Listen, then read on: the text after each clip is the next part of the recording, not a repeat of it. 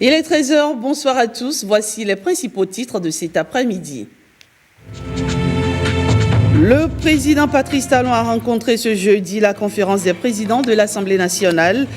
Les 6 points de recommandation issus du dialogue politique étaient au cœur des échanges. On fait le point dans ce 13h. En rencontrant la conférence des présidents de l'Assemblée nationale, le président Patrice Talon tient là l'une des promesses qu'il a faites au dialogue politique. Un premier acte réussi et empreint de célérité, nous expliquera James William Baguidi. Enfin, dans ce 13h, on parlera de cet acte de générosité de la présidente du parti UDBN. Claudine Prudencio a offert 200 tables et bancs aux apprenants du collège d'enseignement général d'Arosik-Beta, c'est dans l'arrondissement de Toba.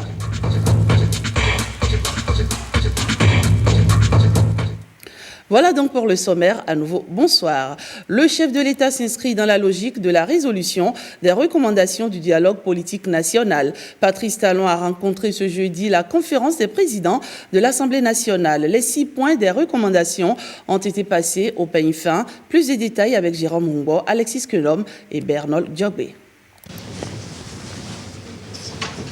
Une semaine après le dialogue politique national, le président Patrice Talon affiche sa détermination à la mise en œuvre des recommandations qui en sont issues. Elles sont principalement relatives à la relecture de la charte des partis politiques et du code électoral, à l'institution des élections générales, à une meilleure représentation du peuple par les femmes, à l'actualisation et la mise en œuvre effective de la loi portant statut de l'opposition et aux mesures d'apaisement politique. À l'analyse, la mise en œuvre effective de ces recommandations appelle, mesdames et messieurs, à mon sens, l'intervention de la représentation nationale. Et c'est à cette fin que j'ai pris l'initiative de la présente rencontre pour partager avec vous la pertinence des recommandations qui ont été formulées par les participants au dialogue politique. Ces recommandations participent à la consolidation de la concorde nationale. C'est pourquoi je voudrais vous prier de voir dans ma démarche un plaidoyer qui appelle votre responsabilité historique. À ces assises, le chef de l'État, les ministres de la Justice, de la Communication, les membres de la conférence des présidents de l'Assemblée nationale ont alors passé au peigne fin tous les contours relatifs aux recommandations issues du dialogue politique. Cette initiative, à l'invitation du président de la République, participe de la dynamique d'apaisement tant souhaitée par le peuple. Cela est heureux, il faut le souligner, d'autant que les 6 points énumérés dans la synthèse du rapport ont été unanimement appréciés par nous tous ici présents quant à leur pertinence, leur caractère relatif à l'intérêt général. Elles sont toutes, ces recommandations, conformes à l'intérêt général, préservent l'intérêt général, notre cohésion, et elles paraissent toutes réalistes.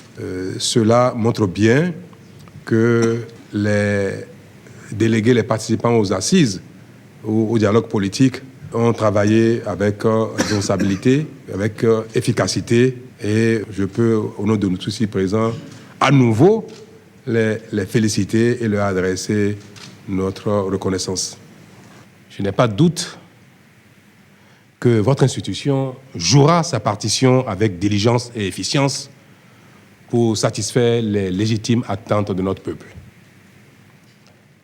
D'ores et déjà, je vous assure de ma disponibilité personnelle et de celle de mon gouvernement en vue de la mise en œuvre diligente des délibérations qu'il vous plaira de prononcer. Au nombre des actes importants attendus très prochainement figure une loi d'armistice à l'endroit de tous ceux qui sont impliqués dans les derniers événements post-électoraux. La balle est donc dans le camp des députés et ils en sont conscients. C'est dans le pardon que tout peut se faire. Nous sommes partis à cette disposition qui donne le pardon à tous ceux-là qui sont impliqués pour que les poursuites soient suspendues ou du moins qu'il n'y ait plus de poursuites et que ceux qui sont poursuivis, qui sont déjà condamnés aussi dans les mêmes événements, soit aussi élargie. Alors donc c'est un premier point qui est fort. Et ensuite, maintenant, il faut revoir les lois. Les partis qui fâchent au niveau de la charte des partis, au niveau du code électoral. Ensuite, il faut revoir comment faire en sorte que la femme représente davantage le peuple au sein du Parlement et d'autres questions aussi qui ont été soulevées. Et nous sommes d'accord au niveau du Parlement pour jouer notre partition. Nous avons pris connaissance des recommandations des participants au dialogue politique. Et il nous revient au niveau de l'Assemblée nationale de prendre les mesures qui s'imposent pour que des solutions soient trouvées aux différentes doléances. La plupart de ces doléances sont d'ordre législatif. Et donc la balle nous revient fondamentalement. Elle est dans notre camp. Il nous revient donc de la jouer. Il est vrai qu'ici, c'est la conférence des présidents, c'est-à-dire le bureau du Parlement, les présidents de groupes parlementaires, les présidents de commissions techniques, et que nous ne sommes pas le Parlement. Nous ne sommes pas le Parlement. Donc, à la suite du plaidoyer du président, nous devrons rentrer dans un plaidoyer actif auprès de nos pairs pour que suite diligente soit donnée à ces préoccupations. Mais au-delà des tests classiques que l'on connaît, vous savez qu'il y a dans les mesures d'apaisement, on appelle le président de la République à prendre des mesures d'apaisement allant dans le sens de la libération des gens qui sont détenus ou bien des poursuites suite aux événements relatifs aux dernières élections législatives. Une loi d'amnistie devrait pouvoir éteindre quelques actions qui sont déjà mises en œuvre. Et je comprends pourquoi, à la fin, le chef de l'État nous dit que la balle est dans notre camp. Dans notre camp, en tant que membre de la conférence des présidents, mais surtout dans le camp des députés de la représentation nationale. Puisque, in fine, ce sont les députés qui votent et la conférence des présidents ne remplace pas les députés. Les prochains travaux à l'hémicycle devront donc se pencher sur ces questions prioritaires à un environnement politique pacifique. Précisons que les travaux de cette rencontre ont été sanctionnés par un communiqué final. Il traduit la convergence des points de vue et l'adhésion de tous à œuvrer à la prise en compte des recommandations du dialogue politique national. Le dit communiqué est présenté par le ministre de la Communication que nous vous proposons de suivre. Il est au micro de Jérôme Humbo. À son invitation, le président de la République, chef de l'État, chef du gouvernement, son Excellence, M. Patrice Talon, a reçu le bureau de l'Assemblée nationale, les présidents des commissions permanentes et les présidents des groupes parlementaires à l'effet de leur présenter les conclusions du dialogue politique tenu à Cotonou les 10, 11 et 12 octobre 2019. À cette occasion, le président de la République a rappelé que les partis politiques enregistrés se sont réunis à son initiative en vue de se concerter dans le cadre d'un dialogue politique franc et responsable sur les questions politiques d'intérêt national. À l'issue de ces assises, les partis politiques ont formulé les recommandations consensuelles portant sur la relecture de la charte des partis politiques et du code électoral, l'institution des élections générales, une meilleure représentation du peuple par les femmes, l'actualisation et la mise en œuvre effective de la loi portant statut de l'opposition, des mesures d'apaisement politique. En présentant ces recommandations, le président de la République a plaidé pour leur prise en compte diligente par la représentation nationale. Prenant acte des conclusions et des recommandations du dialogue politique, les participants ont salué l'initiative, félicité les acteurs et rassuré le président de la République ainsi que l'ensemble du peuple béninois de ce que les diligences nécessaires seront entreprises pour la prise en compte des dites recommandations. Il est apparu que la mise en œuvre de celles-ci appelle des mesures de nature législative, dont une loi d'amnistie s'agissant des événements des mois d'avril, mai et juin 2019 relatifs aux élections législatives. À cet effet, un comité d'experts constitué du facilitateur du dialogue politique et de ses rapporteurs, auxquels vont s'adjoindre 3 personnalités désignées par le bureau de l'Assemblée nationale et 2 désignées par le président de la République, sera chargé de la formulation technique des recommandations du dialogue. Cotonou, le 17 octobre 2019. Je vous remercie. On peut donc le dire, le chef de l'État était au Palais des gouverneurs ce jeudi 17 octobre pour un exercice pas ordinaire. Une rencontre avec les membres de la conférence des présidents de l'Assemblée nationale. Il s'agit de l'un des premiers actes de la série d'actions promises par le président Patrice Talon aux assises du Palais des Congrès des 10, 11 et 12 octobre dernier. Une célérité de mise en œuvre des recommandations du dialogue politique que nous explique ici James William Baguidi. Les consultations politiques entamées par le président de la République au Palais de la Marina ce 17 octobre sont le fruit d'une promesse tenue. À l'issue des échanges entre acteurs politiques les 10, 11 et 12 octobre, les recommandations adressées à Patrice Talon sont claires. Ce dialogue est apparu comme un conclave qui permet aux partis extra-parlementaires de prendre part aux débats essentiels qui engage l'avenir de notre pays.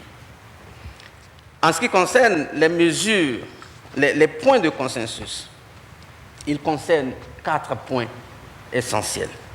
Le premier, le toilettage des tests relatifs aux partis politiques, l'achat des partis ainsi que le code électoral. Le deuxième concerne le renforcement du système partisan. Le troisième concerne l'équité dans la représentation et le quatrième concerne le statut de l'opposition. Ces recommandations et doléances, on s'en souvient, n'ont pas laissé Patrice Talon insensible. Si l'émotion était facilement perceptible sur la peau noire,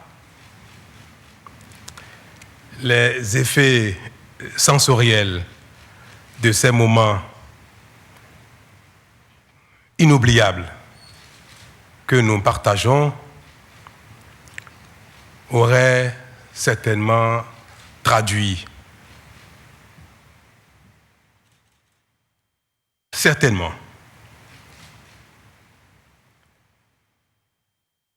à suffisance mon état d'esprit.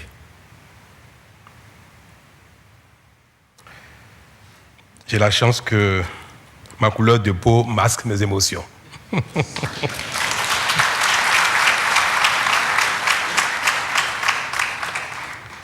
Chers délégués, chers participants, distingués invités, chers aînés, les propositions d'amélioration aux tests que vient de nous formuler le rapport feront bien l'objet d'une appréciation attentionnée de la part de mon gouvernement qui, je vous le réaffirme, prendra toutes les responsabilités qui sont les siennes.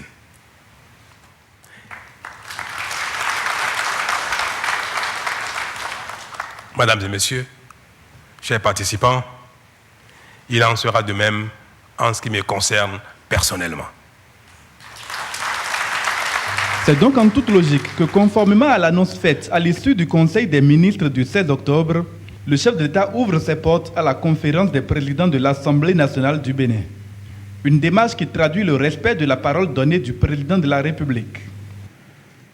Le gouvernement a examiné, ainsi que vous l'avez suivi dans le compte rendu du Conseil des ministres d'hier, 16 octobre 2019, les conclusions qui en sont issues. 20 mai, discours fondateur. 15 juillet, prémisse du dialogue politique. 10 au 12 octobre, concrétisation. Et enfin, 17 octobre, démarrage de la mise en œuvre des conclusions. La résolution de la crise politique au Bénin est en bonne voie.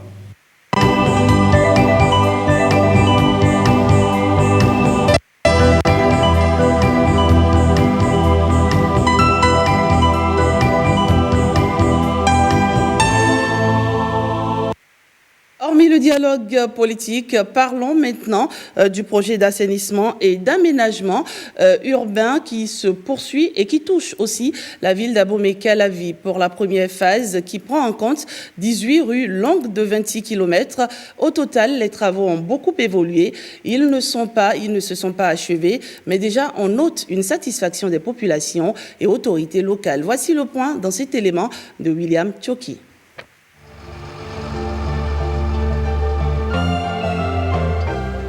Ici, la base de l'entreprise chinoise chargée de réaliser les travaux d'aménagement et de construction d'infrastructures routières pour le compte du projet asphaltage. Des caniveaux en préfabrication, de quoi se rassurer de la qualité de l'ouvrage de drainage des eaux de ruissellement. Sur le terrain, ils sont à pied d'œuvre, les ouvriers. La fouille déjà réalisée, on pose l'infrastructure, on réajuste les éléments et on colle la dalle de couverture. Dans la commune d'Abomey-Calavi, c'est 18 rues pour une longueur totale de 26 km.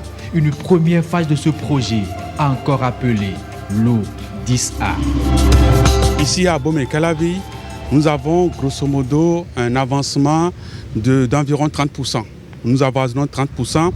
Le délai initial pour le projet dans la ville d'Abomey-Calavi est de 22 mois. Nous en avons déjà fait 13.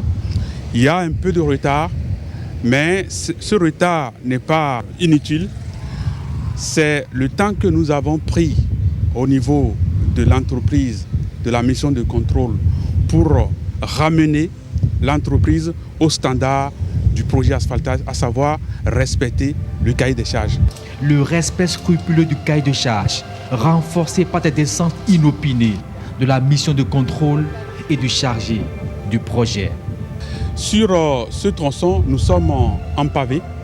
Exactement, nous sommes en pavé. Et comme vous le voyez, les caniveaux sont déjà en train d'être implantés. Ce tronçon est dans la continuité de la voie qui quitte Adjahagan vers Godomé Magasin. Donc ça continue jusqu'à vers le marché CDB qui est en face de nous. Qui est actuellement, vous le voyez, les travaux sont en cours. Nous avons quelques difficultés qu'on est en train de résoudre, difficultés inhérentes à tout projet, quel qu'il soit. Le projet asphaltage dans la commune d'Abomey-Calavi, ce n'est pas que du pavé sur les supports. 60% de ces rues seront recouvertes d'asphalte. Mieux, elles seront dotées d'infrastructures d'embellissement et d'assainissement urbain. C'est un projet d'aménagement urbain. Qui dit aménagement urbain dit toutes les infrastructures, tous les équipements nécessaires à l'embellissement de la ville. Donc, sur le projet asphaltage, outre l'asphaltage, le bitumage et le pavage, nous avons d'autres équipements comme l'éclairage public. Donc vous allez voir que tout le long de tous les axes qui seront construits, vous aurez de lampadaires solaires photovoltaïques dont les contrats ont été déjà signés et devront très rapidement entrer en production. Ailleurs, comme c'est le cas ici à Godomé, les ouvriers sont à l'étape de terrassement, une étape qui réjouit déjà autorités locales et population riveraine. Il y a quelques mois, je crois que passer par ici relevait d'un parcours de combattant. C'était un véritable calvaire puisque c'était une rue en terre non aménagée. Donc ça causait beaucoup de difficultés aux populations, surtout les riverains et tous les usagers de la voie avaient beaucoup de difficultés pour circuler. Mais grâce au projet qui a démarré voilà à peu près 15 mois, je crois que vous voyez l'évolution vous-même. La circulation est déjà beaucoup améliorée sur ce tronçon et j'augure que d'ici la fin du projet, une fois que le tronçon sera livré, on aura une voie carrossable et très bien revêtue en pavé et donc pour le bonheur des populations. Mais il faut amener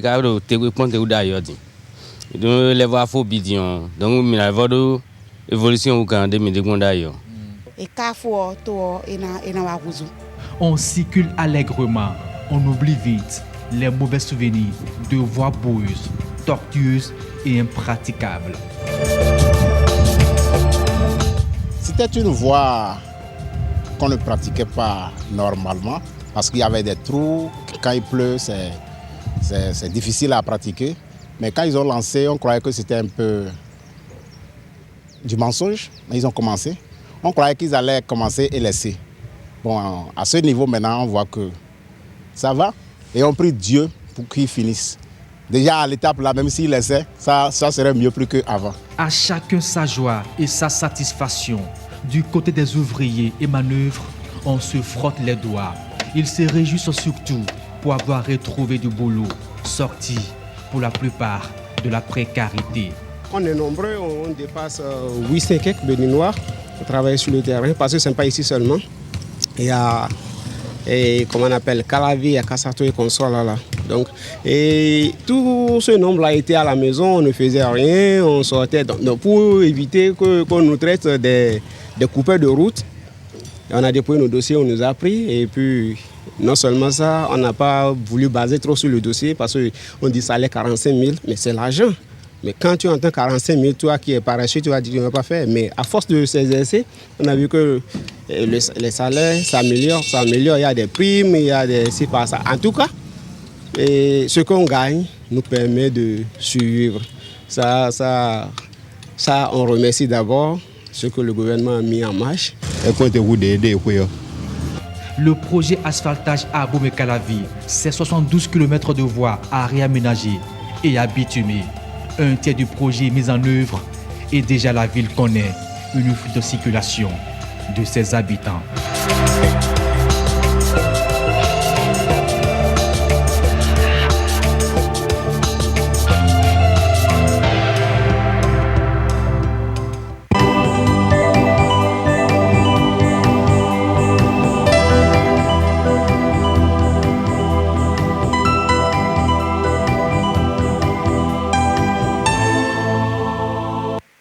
Santé à présent, le cancer du sein est le cancer le plus diagnostiqué chez les femmes à travers le monde. Une femme sur 9 fait le cancer du sein et 1 sur 27 en meurt dans le monde. Au Bénin, environ 50% des femmes diagnostiquées décèdent dès la première année du traitement. Dans cet élément qui suit, retrouvez quelques moyens de prévention avec le docteur Freddy Nyangnon.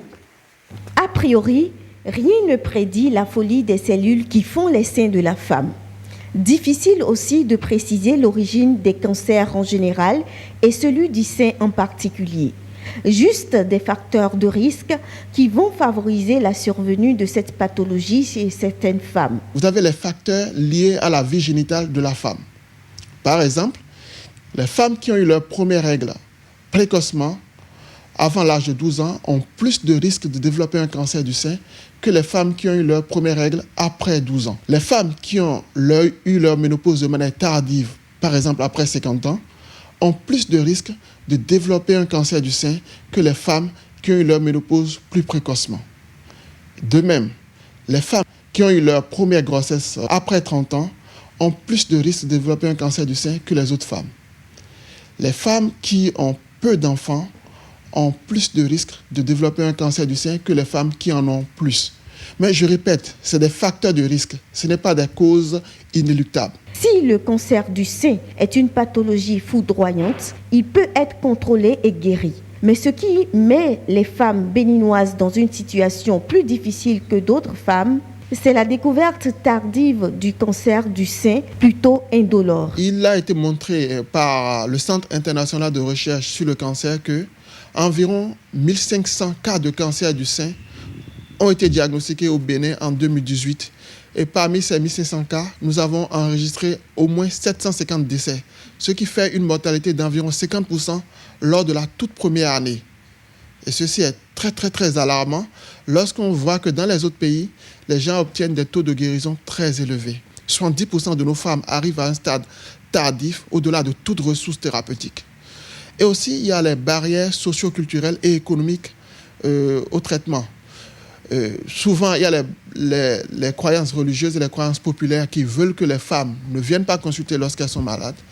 Et même lorsqu'elles viennent consulter, les traitements sont parfois très chers et l'accès aux soins et au diagnostic n'est pas toujours garanti, ce qui peut expliquer aussi cet excès de mortalité que nous avons dans notre pays. La palpation mensuelle des seins après les règles est un pilier essentiel du diagnostic précoce de la pathologie. Il faut aussi agir sur les facteurs de risque comme l'obésité, l'alcoolisme, le tabagisme, la sédentarité pour espérer prévenir le cancer du sein. Lorsque le cancer du sein est diagnostiqué de manière précoce, ce qu'on appelle le dépistage, alors les chances de guérison sont très élevées. Lorsque le cancer est dépisté de manière tardive, les chances de guérison sont très faibles. Le dépistage du cancer du sein chez la femme repose sur 3 piliers. Le premier pilier, c'est l'auto-examen du sein par la femme tous les mois après les règles. Le deuxième pilier, c'est l'examen de la femme de manière annuelle par son médecin traitant, de préférence par son gynécologue.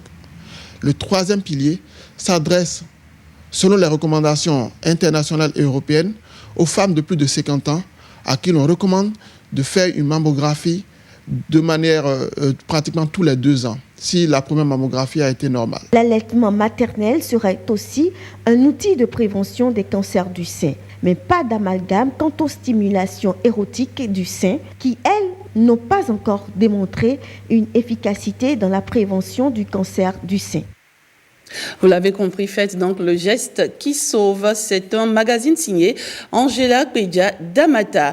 Et je vous l'annonçais dans les titres, 200 tables et bancs ont été offerts aux apprenants du Collège d'enseignement général d'Arros-Oubeta, c'est dans l'arrondissement de Toba. L'œuvre de la présidente du parti UDBN qui vise à accompagner le programme d'action du gouvernement dans le domaine de l'éducation. Retour ici sur les temps forts de cette donation avec Axel Dancy et Alexis Kenom. Les apprenants du CEG à Arros-Oubeta n'auront plus à soulever des tables et bancs et les traîner de salle en salle.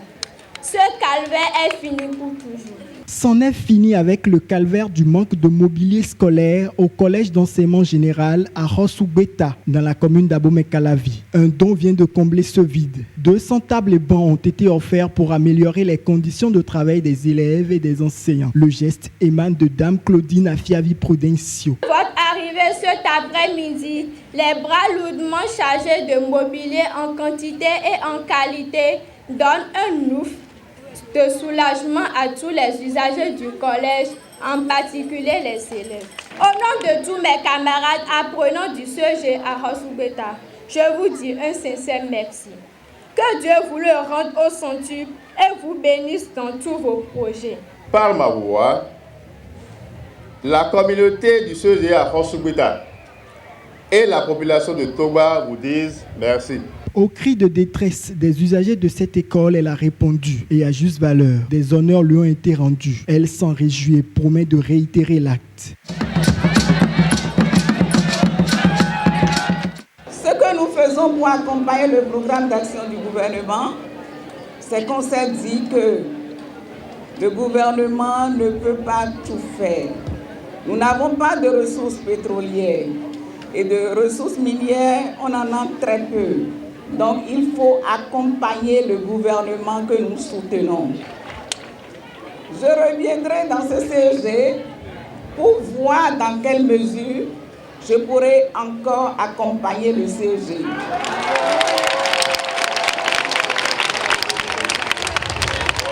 Un acte de générosité, salué même jusqu'au gouvernement. Au nom de toute cette communauté scolaire, pour finir, nous voulons vous dire 3 mots, honorable Prudencio. Le premier est merci. Le deuxième mot est encore merci. Mais le troisième, le plus important, et il ne faut pas qu'on oublie, honorable Prudencio, c'est merci. La présidente de l'UDBN entend faire davantage pour booster le secteur de l'éducation au Bénin afin que ses enfants assurent dans les meilleures conditions la relève de demain. Voilà, c'est fini pour votre 13h. Je vous remercie de l'avoir suivi. Passez un excellent après-midi.